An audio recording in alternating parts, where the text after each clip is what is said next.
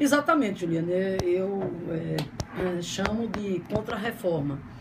Contra-reforma porque, veja bem, qual é o sentimento que a gente tem? É que na hora que você vai fazer uma reforma, você vai fazer uma reforma para melhorar, né? Se a gente for fazer uma reforma na casa da gente é para melhorar. E o que tá acontecendo no Congresso Nacional, por isso que eu chamo de contra-reforma, porque o que foi aprovado até o presente momento não vem no sentido exatamente de corrigir os vícios, as distorções que pautam o processo político eleitoral no nosso país. Muito pelo contrário, eu acho que o que foi aprovado até o presente momento está conseguindo a proeza de piorar exatamente o que está ruim. E aí eu vou exemplificar. Por exemplo, a questão do modelo do voto, né? Havia um debate lá entre o chamado defesa do voto proporcional, o voto distrital misto e o voto distritão. Felizmente, nesse aspecto, nós conseguimos derrotar o chamado voto distritão. Isso foi um passo importante. No entanto, sofremos uma dura derrota no que diz respeito à questão do financiamento, do modelo de financiamento das eleições. Por quê? Porque o presidente da Câmara, através de uma manobra vergonhosa, visto que vocês todos acompanharam na terça-feira, ele colocou em votação uma proposta de emenda à Constituição que tratava exatamente de constitucionalizar o financiamento empresarial a partidos e campanhas. Qual foi o resultado? Essa proposta foi derrotada. No outro dia, para surpresa, o presidente da Câmara atropela o regimento. E por que ele atropela o regimento? É porque o regimento da Câmara, de acordo com a Constituição, é muito clara. Quando uma emenda à Constituição é colocada em votação, aquele tema daquela emenda só pode ser colocado em votação de novo no ano posterior, no ano seguinte, né? Portanto, se a proposta de emenda à Constituição havia sido derrotada na terça-feira, ela não podia mais, Thaisa, ser objeto de apreciação no dia seguinte, que foi o que ele fez. E aí, claro, vocês acompanharam, né? Ele fez um processo de cooptação muito forte junto aos partidos menores, né? Exatamente colocando como moeda de troca não mexer na questão da coligação proporcional, porque havia uma proposta exatamente para pôr fim à coligação proporcional. Ele assumiu o compromisso de que se eles votassem na tese do financiamento empresarial, do financiamento privado a partidos e campanhas, então ele não mexeria na questão da coligação proporcional, bem como também a chamada cláusula de barreira, que praticamente continua do jeito que está. A votação da quarta-feira, repito, né, através da manobra regimental que ele fez, né, atropelando o regimento, já ensejou que um grupo de parlamentares, tendo à frente inclusive vários parlamentares do PT, batessem as portas do Supremo Tribunal Federal, já tem um ADIM, uma ação direta de inconstitucionalidade, questionando exatamente esse procedimento do presidente da Câmara.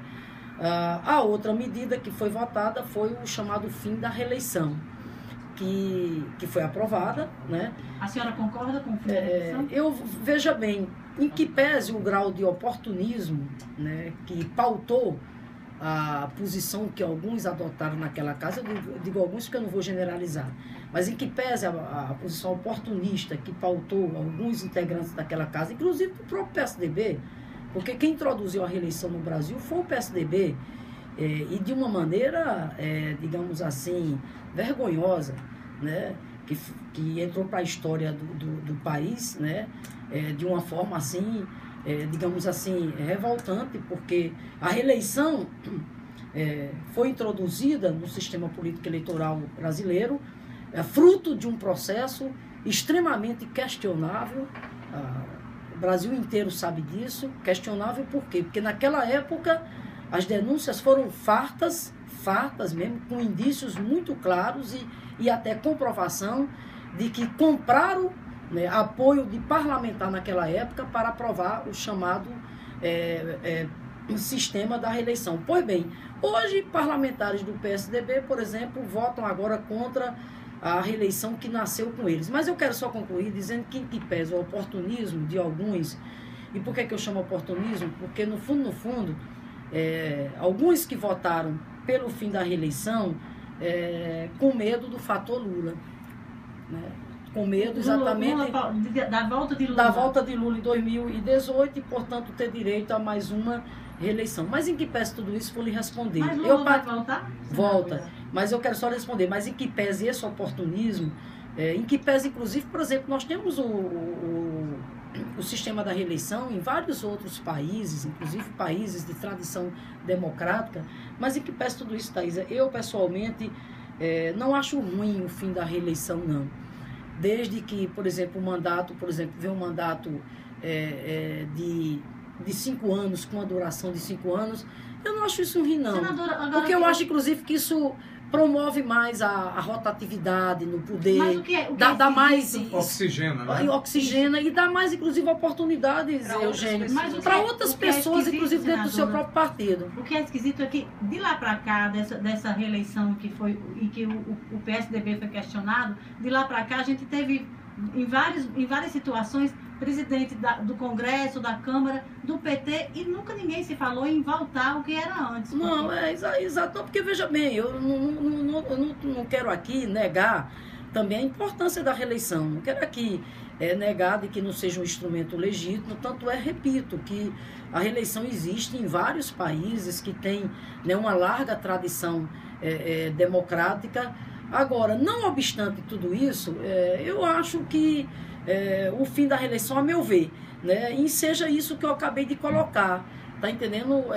Promover mais uma rotatividade do poder, dar mais oportunidades, né, a outros quadros, dentro do seu próprio partido. E ainda também tem um detalhe, Thaisa, que vamos aqui colocar, que a reeleição também no nosso país, um país que o sistema político eleitoral é muito eivado ainda da tradição fisiológica, né?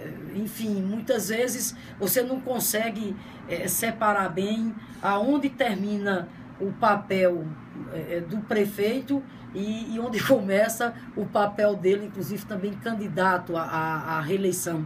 A própria legislação nossa... Já começa uma gestão pensando daqui a 2 anos. A própria legislação que introduziu a reeleição, a meu ver, ela também não avançou no sentido de disciplinar melhor como é que se daria, inclusive, esse exercício de você no cargo, né, de você submeter novamente a apreciação popular e renovar o seu mandato. Mas eu não quero aqui, volto a dizer... Só um parênteses, senadora, será por esse motivo que a senhora está falando aí, que a senhora acabou de ser senadora, de ser eleita senadora, e já estão falando que em 2018 a senhora pode ser candidata ao governo? 2018? Sim. Não, eu sou candidata ao governo de maneira nenhuma, Thaisa, de jeito nenhum. Eu sou candidata a cumprir, tá entendendo, com o mandato que o povo do Rio Grande do Norte generosamente me confiou, e vou tirar meu mandato durante exatamente esses 8 anos. Agora, voltando ao tema da reeleição, repito, eu quero deixar registrado aqui que a reeleição, ela foi aprovada no Congresso Nacional agora, muito mais estimulada, tá entendendo, pelo medo da volta de Lula. Da volta de Lula. Me conta essa história aí, da volta de Lula, né? Como é que está isso dentro do partido? Ele realmente é candidato aí nas próximas eleições? Bom, se ele é candidato ou não, um dia você vai ter que perguntar a ele, Juliana. Mas você sabe, dentro o presidente Lula aqui, mas dentro do partido há sim, claro, esse desejo. O sentimento do volta a Lula? Ah, sim, claro que sim. É um sentimento muito Mas esse sentimento do volta a Lula é em fase desse desgaste que a gente tem enfrentado aí com relação ao governo Dilma, o que ela tem enfrentado?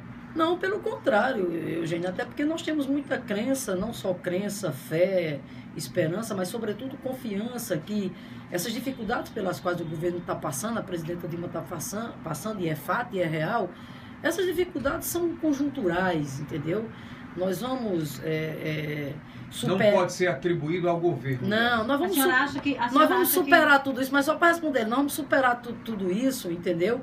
E, na verdade, a candidatura de Lula significa, para nós do Partido dos Trabalhadores e os nossos possíveis aliados, significa a possibilidade concreta da gente evitar o retrocesso e dar continuidade na perspectiva de avançar cada vez mais ao projeto nacional de perfil desenvolvimentista que teve início nesse país a partir de 2003, com a vitória do presidente Lula. A senhora não acha que uma candidatura de Lula, voltando a ser candidata a presidente da República, não seria afetada pelos problemas de corrupção que vem se estourando no país, que começaram exatamente no governo dele, na história do mensalão, de lá para cá foram muitos outros? A senhora acha que ele não pode ser afetado por isso? Não, Thaís, eu vou lhe dizer por quê.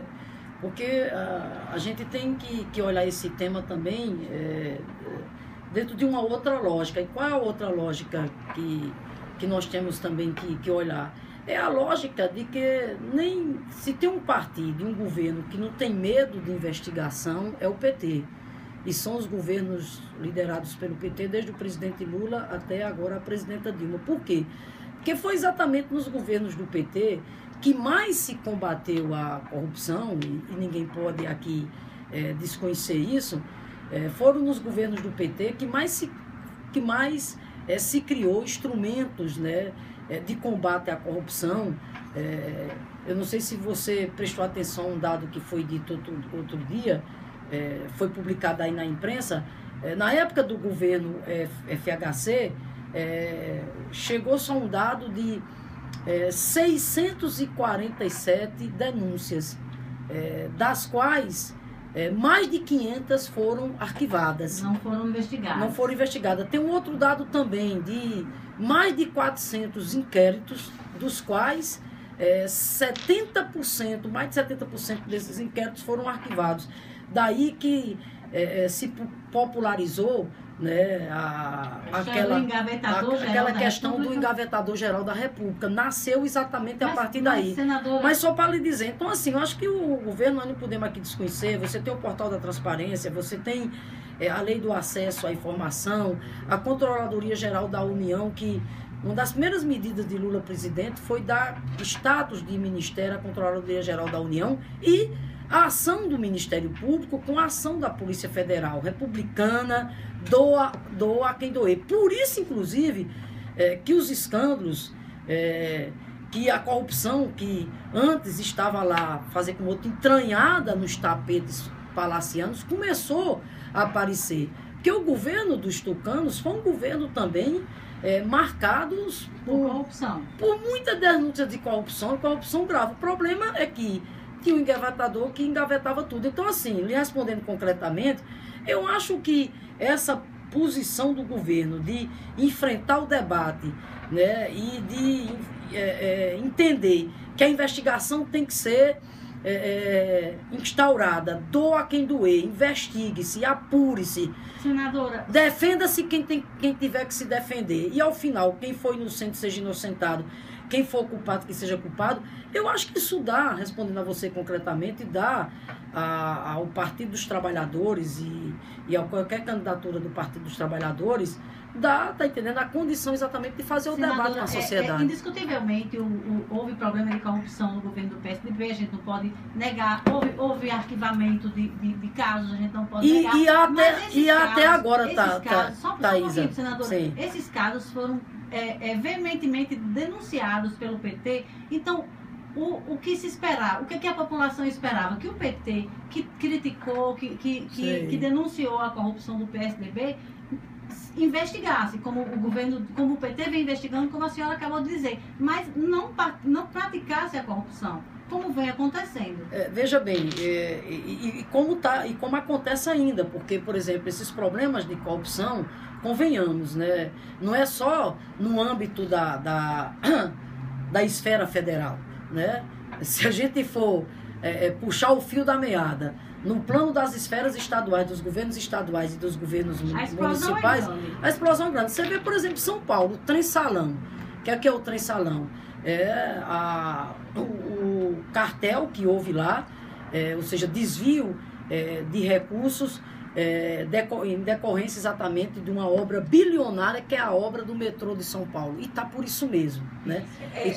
E está por isso mesmo, bem como, vou só terminar, bem como outros escândalos. Agora eu acho, Thaisa, que tudo isso